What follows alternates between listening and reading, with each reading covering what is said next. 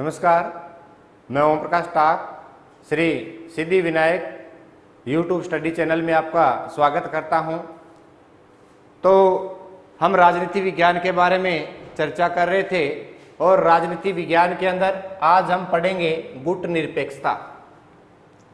क्या पढ़ेंगे? गुट निरपेक्षता, जिसे इंग्लिश में बोलते हैं नॉन अलाइनमेंट मूवमेंट, और इसकी जो शॉर्ट फॉर्म है वो है क्या? Name, NAM। N से नॉन, A से अलाइनमेंट और M से मूवमेंट, जिसे गुट निरपेक्षता कहते हैं। देखिए, गुट निरपेक्षता का जन्म कैसे हुआ, गुट निरपेक्षता क्या है? तो साधारण सी है भी, जो गुट निरपेक्षता है वो एक प्रकार का आंदोलन है। क्या है? आंदोलन है। और इस आंदोलन का उदय कैसे हुआ तो आपको बता देता हूं। जब हमारे विश्व युद्ध हुए थे और उन विश्व युद्धों के अंदर विश्व है वो दो गुटों के अंदर बंट चुका था। गुट निरपेक्षता का जो स्वरूप है, जिसके अंदर दोनों गुटों के बीच में क्या हुआ था? युद्ध हुआ था। और ऐसी स्थिति के अंदर संपूर्ण विश्व है वो दो गुटों में बंट चुका था। कैसे? अपने गुट निरपेक्षता का स्वरूप पढ़ते हैं। स्वरूप क्या हुआ था? विश्व युद्ध के समय विश्व है वो दो गुटों में बंटा था। दो गुट कौन कौन से थे? जिसे बोलते हैं, एक तो था USSR और एक था USA। USSR सोवियत संघ, रूस, और USA है संयुक्त राज्य अमेरिका। ये उस समय दो शक्तिशाली देश थे, शक्तिशाली गुट थे, और दोनों की विचारधारा भी क्या थी? अलग अलग थी। जो USSR है, इस USSR की जो विचारधारा है वो थी कौन सी? साम्यवादी विचारधारा। साम्यवादी विचारधारा। और जो USA है, इसकी जो विचारधारा थी वो थी पूंजीवादी विचारधारा।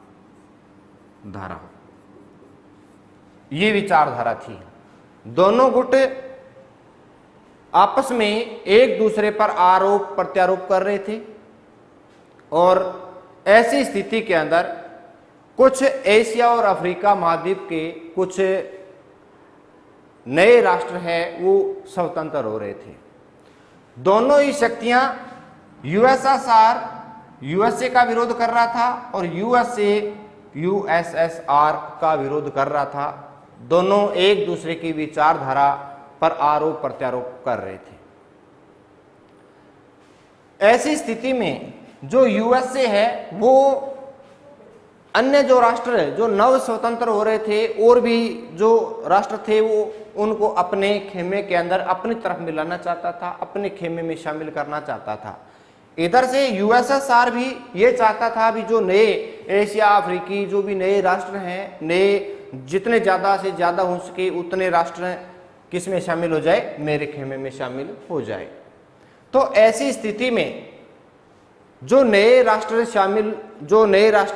जिनका उदय हुआ, जो नव स्वतंत्र हुए थे, वो उस समय स्वतंत्र हुए थे और उन्होंने सोचा भी यदि हम इन दोनों शक्तिशाली देशों के साथ में अगर किसी एक का हम साथ देते हैं तो हो सकता है जैसे ही हम साथ दें उसके बाद वो देश हम पर क्या कर ले? अधिकार कर ले, हम दोबारा से क्या हो जाएं? अधीन हो जाएं, परतंत्र हो जाएं।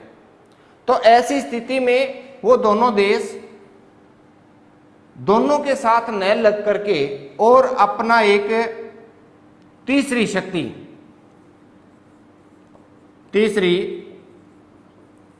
शक्ति के रूप में उभरे, तीसरी शक्ति के रूप में उभरे, जो दोनों गुटों का साथ नहीं दे रहे थे, दोनों गुटों का साथ नहीं दे रहे थे, लेकिन जो विश्व राजनीति है, जो विश्व राजनीति है, उस राजनीति के अंदर क्या ले रहे थे, भाग ले रहे थे। अर्थात ये जो देश है ये बिल्कुल निष्पक्ष रूप से दोनों का ही समर्थन नहीं कर रहे थे, लेकिन विश्व राजनीति में भाग लेकर के और जो इनके जो अच्छे गुण थे और इनके जो अच्छे गुण थे उनको अपना रहे थे, लेकिन स्पष्ट रूप से किसी का साथ नहीं दे रहे थे। जब इन दोनों का साथ न दे करके और जो नए जो राष्ट्र थे उन्होंने अपना एक तीसरा गुट बनाया जिससे कोई भी देश है वो इनके अधीन ना हो, तो ऐसी जो स्थिति उत्पन्न हुई, ये जो तीसरा गुट उत्पन्न हुआ, इसे क्या बोलते हैं, गुट निरपेक्षता बोलते हैं। अब देखें, ऐसी स्थिति के अंदर दोनों ही देश अपने अपने खेमे के अंदर शामिल करना चाहते थे और ये देश है ये दोनों के ही खेमों से अलग रहना चाहते थे और दोनों खेमों से अलग रह करके और जो ये जो युद्ध चल रहा था इस युद्ध को भी समाप्त करना चाहते थे। इसे क्या कहेंगे, हमें गुट निरपेक्षता कहेंगे। अब देखिए आगे गुट निरपेक्षता के अंदर होगा क्या, तो गुट निरपेक्षता है, इसके अंदर हम यूं कहें भी गुट निरपेक्षता का उदय दोनों विश्व युद्धों के बाद विश्व है वो दो गुटों में बंट गया था, पूरा विश्व दो गुटों में बंटा। और ये विश्व युद्ध के बाद की बात है, क्योंकि गुट निरपेक्षता का जो जन्म होता है वो दोनों विश्व युद्धों के बाद होता है। और दोनों विश्व युद्धों के बाद कौन सा युद्ध शुरू हुआ था, जिसे बोलते हैं शीत युद्ध। और ऐसे शीत युद्ध के अंदर दोनों ही देश क्या कर रहे थे, एक दूसरे की विचारधारा पर आरोप प्रत्यारोप कर रहे थे। ऐसी स्थिति के अंदर जो तीसरा एक गुट बना, जो नव स्वतंत्र राष्ट्र थे, कुछ एशिया के, कुछ अफ्रीका के और भी अन्य ऐसे राष्ट्र थे, जिनको मिलाकर एक गुट बना, उसी गुट को तीसरी शक्ति कहते हैं और वही क्या कहलाती है, गुट निरपेक्षता कहलाती है। तो अब हम देखते हैं आगे गुट निरपेक्षता के संबंध में। तो बड़ा तो मैंने आपको अर्थ है वो बता दिया, भी गुट निरपेक्षता किसे कहते हैं और क्या था। अब देखें गुट निरपेक्षता का उदय जन्म हम पूर्ण विस्तार से देखेंगे। तो हम देखते हैं गुट निरपेक्षता का उदय, क्या पढ़ेंगे, गुट निरपेक्षता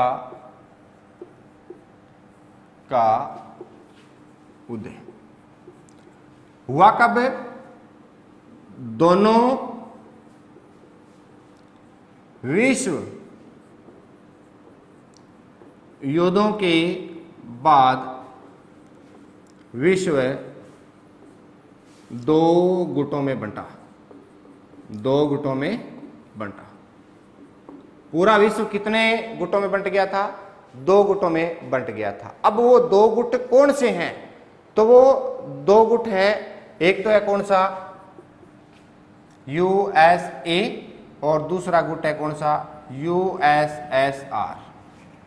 यूएसए कौन सा है, संयुक्त राज्य अमेरिका, और दूसरा जो है उसे बोलते हैं सोवियत संघ रूस। अब देखो यूएसए, इसकी जो विचारधारा मैंने आपको बताई कौन सी है, पूंजीवादी विचारधारा है। कौन सी है, पूंजीवादी विचारधारा है, पूंजीवादी देश है। और ये जो है इसकी विचारधारा कौन सी है, साम्यवादी विचारधारा है। अब जो नव स्वतंत्र राष्ट्र हैं, ये दोनों देशों की बात कर रहा हूं मैं, संयुक्त राज्य अमेरिका और सोवियत संघ रूस की, ये जो दो गुट बने हुए थे, ये दोनों ही गुट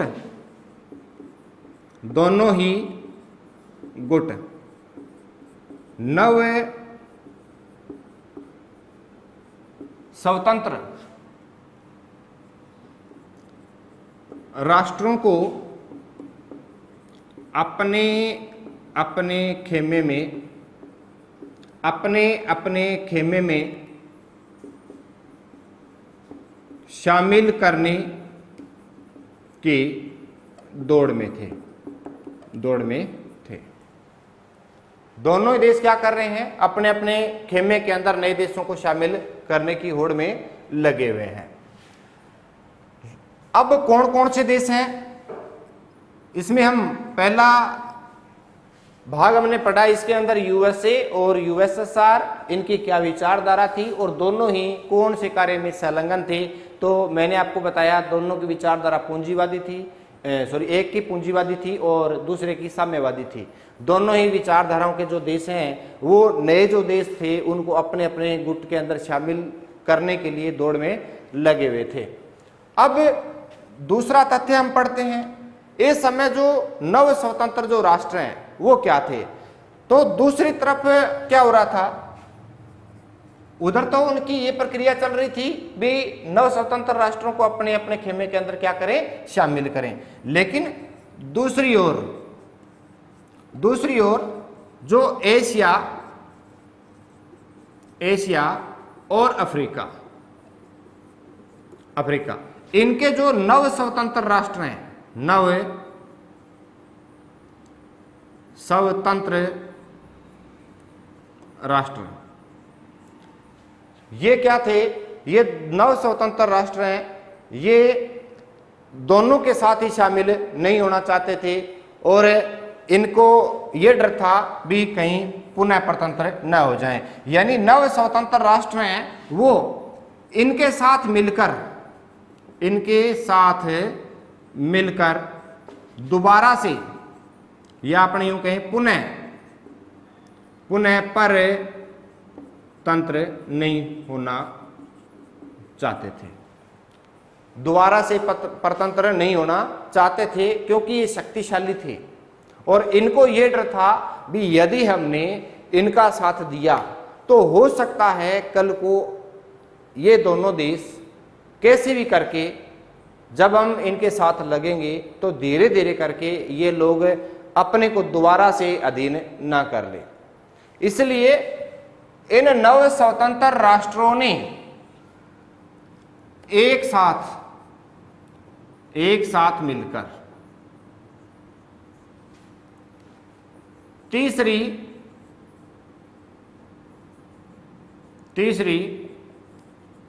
शक्ति के रूप में उभरना चाहा और ये नव स्वतंत्र राष्ट्र हैं, ये तीसरी शक्ति के रूप में उभरे।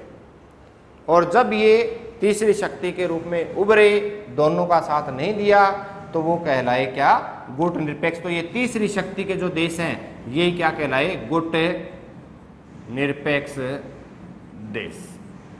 आपको पता है भारत भी क्या है, एक गुट निरपेक्ष देश है। ये थी गुट निरपेक्षता।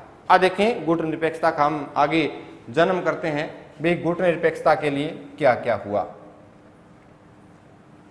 तो गुट निरपेक्षता के लिए बहुत से आंदोलन हुए और बैठकें हुई, सम्मेलन हुए, जिनसे गुट निरपेक्षता का क्या हुआ, जन्म हुआ। तो अभी हम गुट निरपेक्षता का उदय ही पढ़ रहे हैं।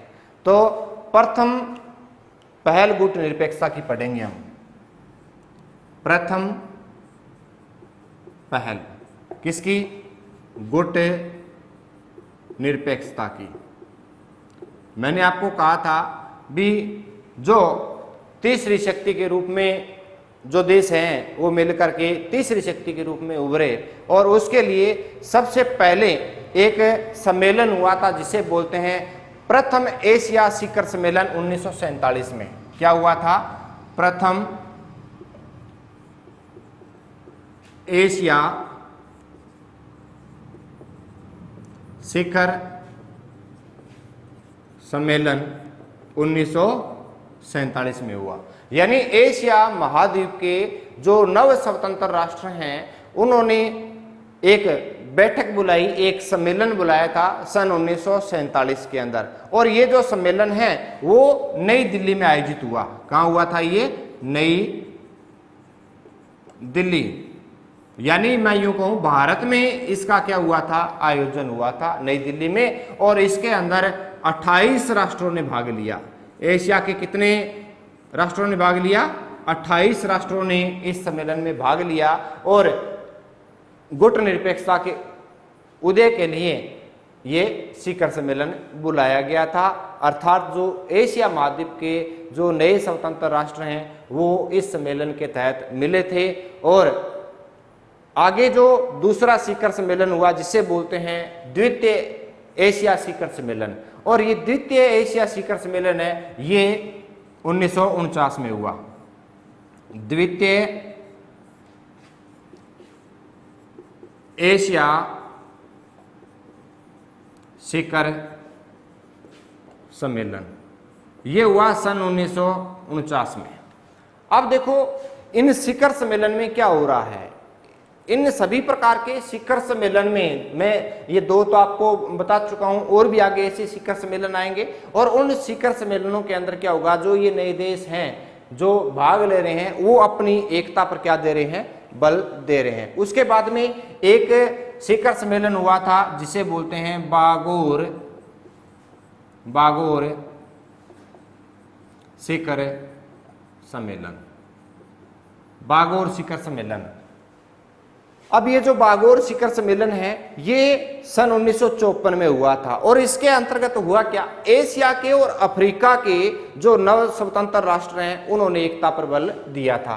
तो ये शिखर सम्मेलन 1954 में हुआ। और इस शिखर सम्मेलन में क्या हुआ था? इस शिखर सम्मेलन में एशिया प्लस अफ्रीकी देश एकत्रित होते हैं। देखो पहले दोनों शिखर सम्मेलन में तो एशिया के देश एकत्रित होते हैं। और जो तीसरा शिखर सम्मेलन आता है बागोर शिखर सम्मेलन जो सन 1954 में इसका आयोजन होता है, उसके अंदर एशिया के और अफ्रीका के देश एकत्रित होते हैं। और कौन से देश एकत्रित होते हैं? जो नव स्वतंत्र राष्ट्र हैं ये एकत्रित होते हैं। और किसके लिए होते हैं? इन्हें एशिया और अफ्रीका की एकता पर बल देने के लिए।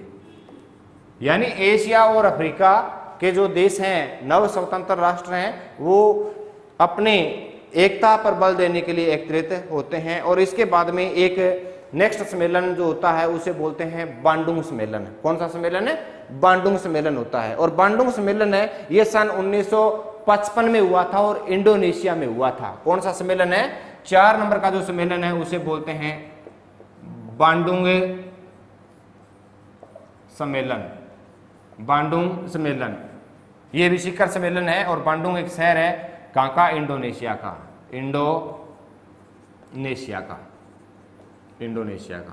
ये बांडुंग सम्मेलन। और ये बांडुंग सम्मेलन जो आयोजित हुआ था ये 18 से लेके 27 अप्रैल 1955 में इसका आयोजन हुआ था।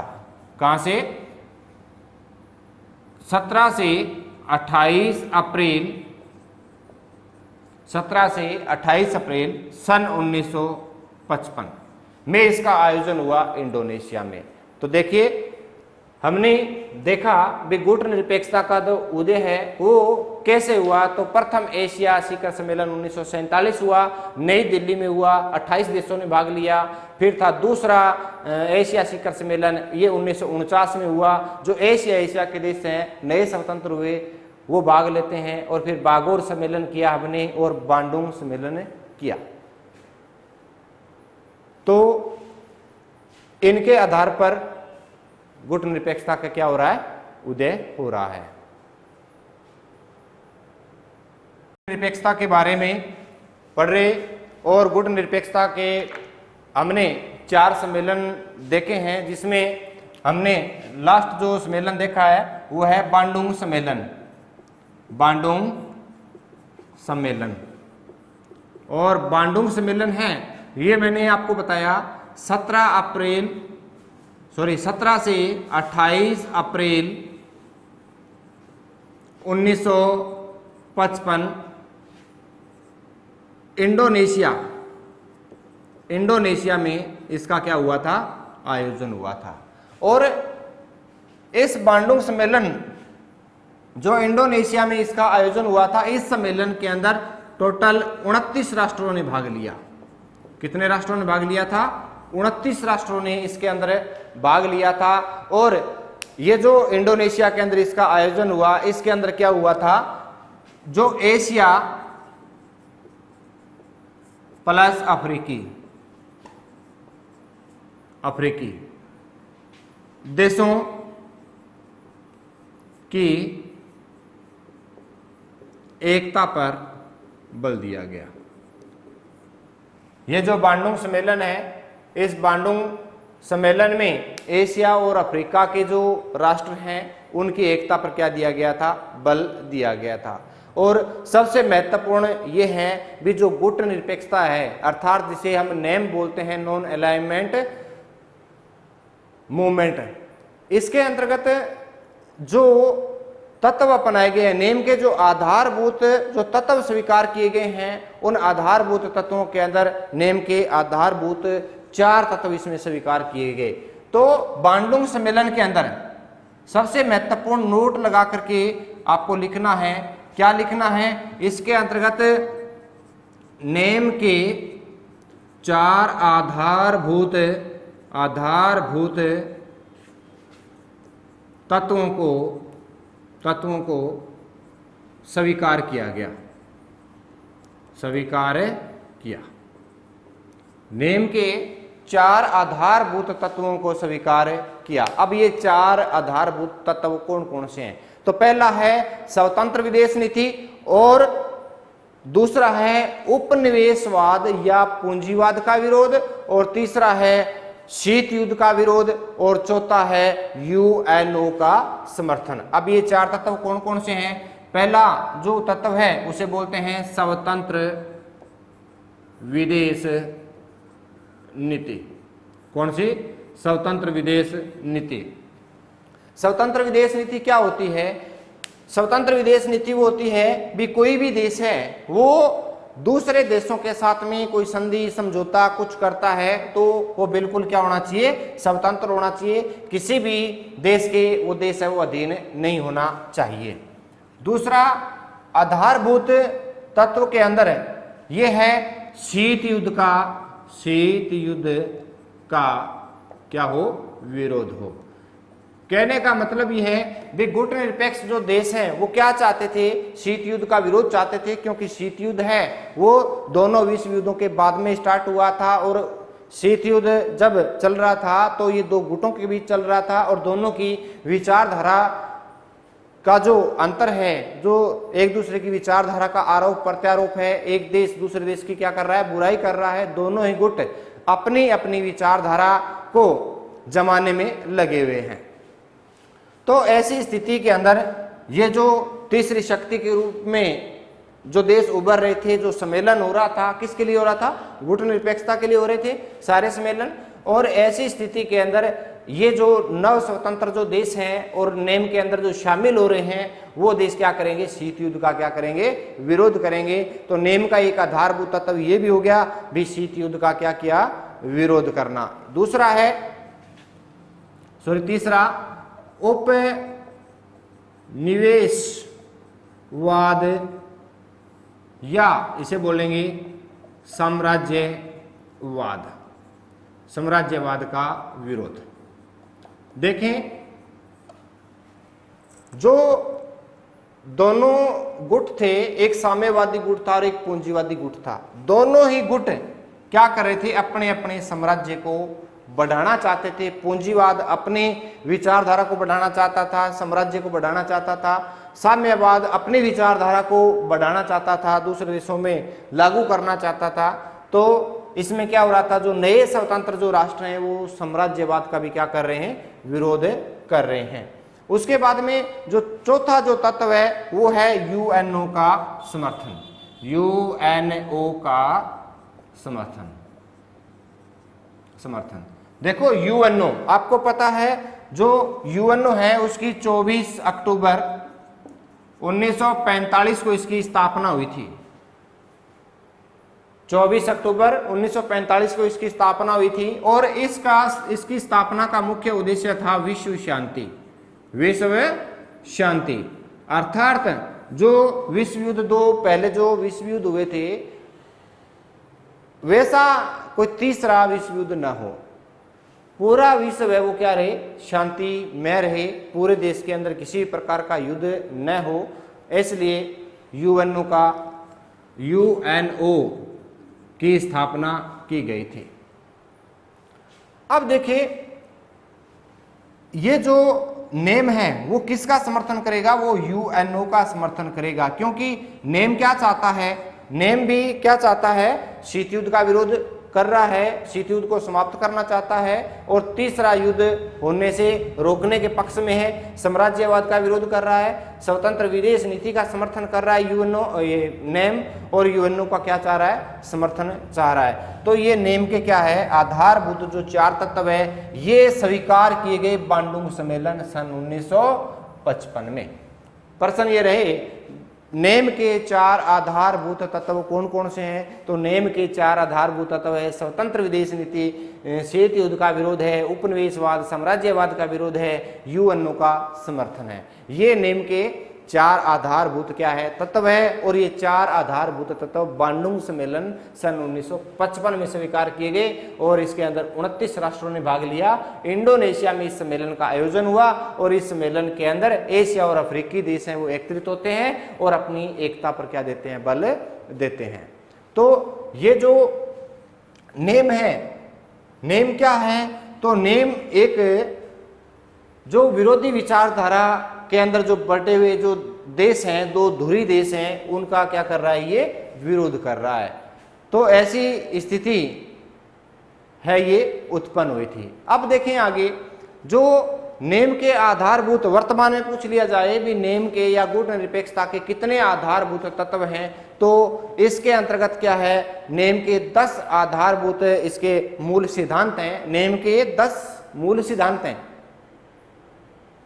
और ये जो 10 मूल सिद्धांत हैं इसमें 5 सिद्धांत पंचशील समझौते के हैं।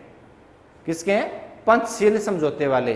तो आपको पता होगा पंचशील समझौता किन देशों के बीच में हुआ था, तो पंचशील समझौता है वो भारत और चीन के बीच में हुआ था, भारत और चीन के बीच में हुआ था। और उसके पंचशील के अंदर 5 सिद्धांत अपनाए गए थे। वो 5 सिद्धांत भी गुट निरपेक्षता के अंदर बाद में शामिल किए गए। अब देखते हैं जो गुट निरपेक्षता है, ऐसे गुट निरपेक्षता के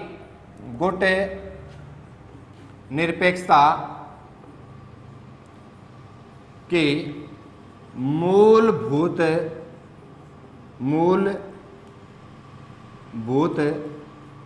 सिद्धांत कितने सिद्धांत हैं, 10 सिद्धांत हैं।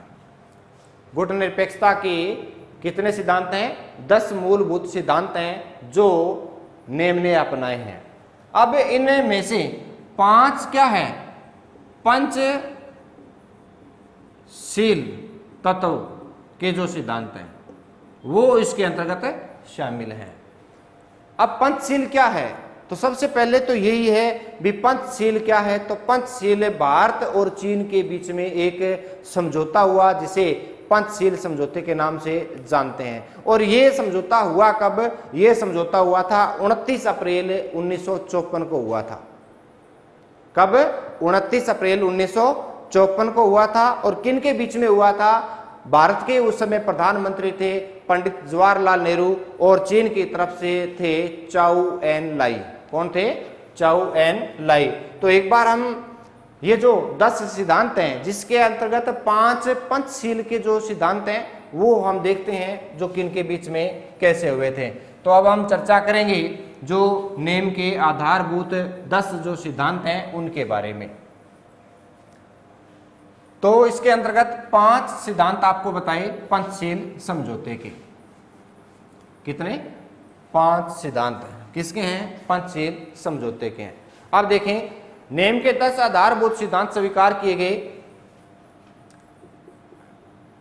नेम के 10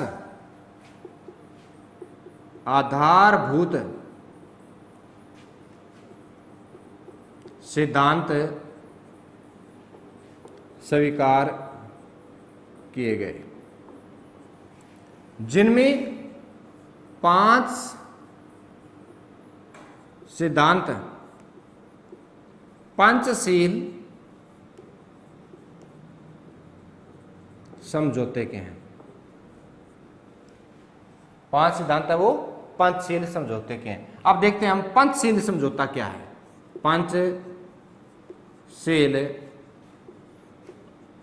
समझौता, अब देखो पंचशील समझौता पढ़ेंगे हम एक बार। पंचशील समझौता किन के बीच में हुआ था? भारत और चीन के बीच में हुआ। भारत और चीन के बीच में हुआ, जिसमें भारत की तरफ से थे पंडित जवाहरलाल नेहरू। आपको पता है ये हमारे भारत के क्या थे? प्रथम प्रधानमंत्री थे, प्रधानमंत्री। और इधर चीन की तरफ से थे चाउ एन लाई, ये थे। और ये जो पंचशील समझौता है ये हुआ कब? तो आपको पता है ये हुआ था 29 अप्रैल 1954 को। और कौन से दो देशों के बीच में हुआ था? भारत और चीन के बीच में हुआ था। अब इस पंचशील समझौते के अंदर 5 शील वो कौन कौन से थे? तो इसके अंदर ये था, दोनों ही देश हैं, चाहे वो भारत हो चाहे पाकिस्तान हो, दोनों ही देश एक दूसरे की संप्रभुता का, उसकी अखंडता का क्या करेंगे? सम्मान करेंगे। यानी पहला जो 5 जो सिद्धांत अपनाए गए, जिसके अंतर्गत पहला जो सिद्धांत है उसमें है क्या है? दोनों ही देश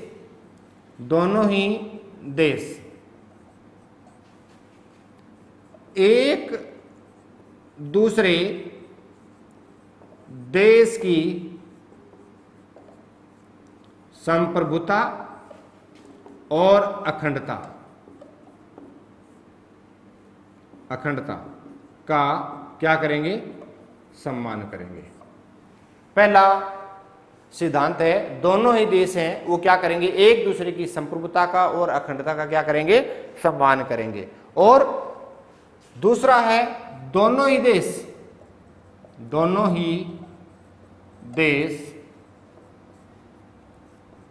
एक दूसरे पर आक्रमण नहीं करेंगे। दोनों ही देश है वो एक दूसरे पर आक्रमण नहीं करेंगे। और क्या था?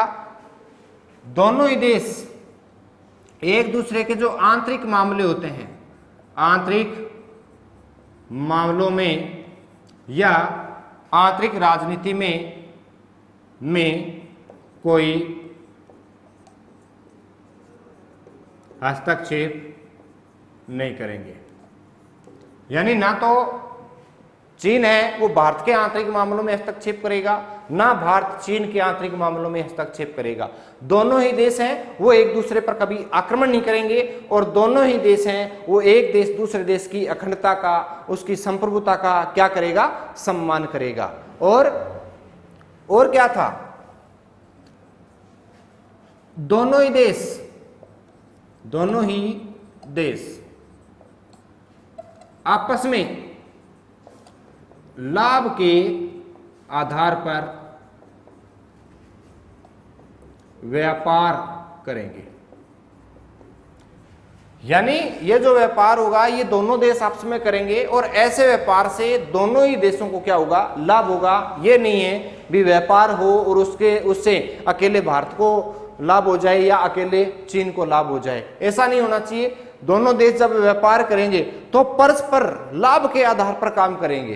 किस प्रकार करेंगे? लाभ के आधार पर काम करेंगे। और जो पांचवा है वो है शांतिपूर्ण सह अस्तित्व, शांतिपूर्ण सह अस्तित्व की नीति का अनुसरण करेंगे। शांतिपूर्ण सह अस्तित्व की नीति का मतलब भी दोनों ही देश अगर किसी विषय पर कोई भी विवाद उत्पन्न होता है तो शांतिपूर्ण बैठ करके वार्ता करेंगे, एक दूसरे की अखंडता का सम्मान करेंगे, एक दूसरे की जो राजनीति है, घरेलू जो मामले हैं, एक दूसरे देश के आंतरिक जो मामले हैं उसमें कोई हस्तक्षेप नहीं करेगा। दोनों ही देश परस्पर लाभ के आधार पर काम करेंगे और शांतिपूर्ण सह अस्तित्व की नीति का निर्धारण करेंगे। तो ये जो हमारे 5 जो सिद्धांत हैं जो पंचशील समझौते के तहत भारत और चीन के मध्य डिसाइड हुए 29 अप्रैल 1954 को, ये नेम ने अपने 10 मूलभूत जो सिद्धांत हैं उनके अंदर इनको स्थान दिया। और आपको बता देता हूं सबसे बढ़िया चीज तो ये भी जो ये भारत और चीन के बीच में जो समझौता हो रहा है पंचशील है, इस समझौते के 5 शील को यूएनओ ने भी अपनाया है, यूएनओ ने भी अपनाया है, इसको स्वीकार किया यूएनओ ने। तो ये जो 5 आधारभूत जो सिद्धांत हैं इनको यूएनओ ने 14 दिसंबर 1959 को स्वीकार किया था। तो ये जो 5 आधारभूत सिद्धांत हैं तो उसमें यूएनओ ने कब 14 दिसंबर 1959 को, कब 14 दिसंबर 1959 को स्वीकार किए। सबसे बढ़िया ये है। तो आपको पता है कि यूएनओ 14 दिसंबर 1959 को जो ये 5 शील जो हैं वो इनको मान्यता दे रहा है, इनको स्वीकार कर रहा है। तो गुट निरपेक्ष जो देश हैं वो यूएनओ का क्या करेंगे, समर्थन करेंगे, क्योंकि गुट निरपेक्ष देशों के द्वारा जो ये 5 सिद्धांत अपनाए गए, ठीक है, वो यूएनओ ने क्या किए, स्वीकार किए। और पूछ ली जाए नेम के आधारभूत सिद्धांत कितने हैं, तो नेम के आधारभूत 10 सिद्धांत हैं और उन 10 में से 5 सिद्धांत कौन से हैं, पंचशील वाले हैं, जो भारत और चीन के बीच में यह समझौता हुआ था। तो हमने क्या पढ़ा पंचशील के बारे में और गुट निरपेक्षता के बारे में। तो स्टार्टिंग से थोड़ा रिवाइज करवा देता हूं। इसके अंदर गुट निरपेक्ष मैंने आपको बताया विश्व है वो द्वितीय विश्व युद्ध के बाद में संपूर्ण विश्व है वो 2 गुटों में बंट चुका था, जिसमें एक तो था यूएसएसआर और एक था यूएसए, जिसमें यूएसएसआर साम्यवादी विचारधारा का देश था और जो संयुक्त राज्य अमेरिका यूएसए है वो पूंजीवादी विचारधारा का देश था। और दोनों ही देश अपने विचारधारा को लेकर के एक दूसरे पर आरोप प्रत्यारोप कर रहे थे और ये देश दूसरे देशों को अपने अपने खेमे के अंदर शामिल करने की दौड़ में लगे हुए थे। ऐसी स्थिति के अंदर जो नए देश स्वतंत्र हो रहे थे उन देशों के मन में ये शंका उत्पन्न हो गई भी कहीं अगर हमने इनका साथ दिया तो आगे आने वाले समय के अंदर ये जो देश हैं वो हम लोगों को अपने अधीन कर लेंगे। और ऐसी स्थिति में ये सारे लोग एकत्रित होते हैं, सारे नव स्वतंत्र राष्ट्र एकत्रित होते हैं और तीसरी शक्ति के रूप में उभरते हैं। और ये तीसरी शक्ति क्या कहलाती है, गुट निरपेक्षता कहलाती है। और गुट निरपेक्षता को जन्म देने के लिए आपको पता है मैंने आपको 4 सम्मेलन करवाए हैं और 4 सम्मेलन के अंदर सबसे जो महत्वपूर्ण बांडुंग सम्मेलन जो सन 1955 में हुआ था, जिसमें 4 आधारभूत तत्व स्वीकार किए गए थे। नेक्स्ट जो हमें वो अगली क्लास में इसकी चर्चा करेंगे। धन्यवाद।